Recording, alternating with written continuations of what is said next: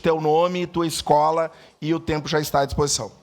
Oi, bom dia. Eu sou a Tayana Luiza Ferraz, da Escola Machado de Assis. E eu vim falar um pouco que eu acho que todos os estudantes estão bem tristes com essa decisão que tomaram sem falar com nós, sem falar com os diretores, professores, não avisaram ninguém. E eu acho que foi muito errado o que fizeram. Eu estou muito triste, porque eu cresci dentro do Machado de Assis, desde o primeiro ano estou lá e agora eu vou ter que sair. A gente já estava até programando a nossa formatura, camiseta, que a gente ia fazer no próximo ano, e não vai ter.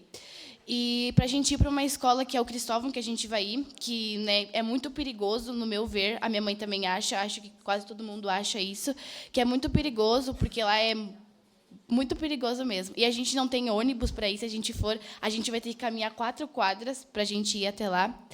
E eu estou muito triste, queria falar para os estudantes que não vai ficar assim, a gente não vai perder o 9º ano e a gente vai continuar estudando nas nossas escolas. É isso, muito obrigado e um bom dia.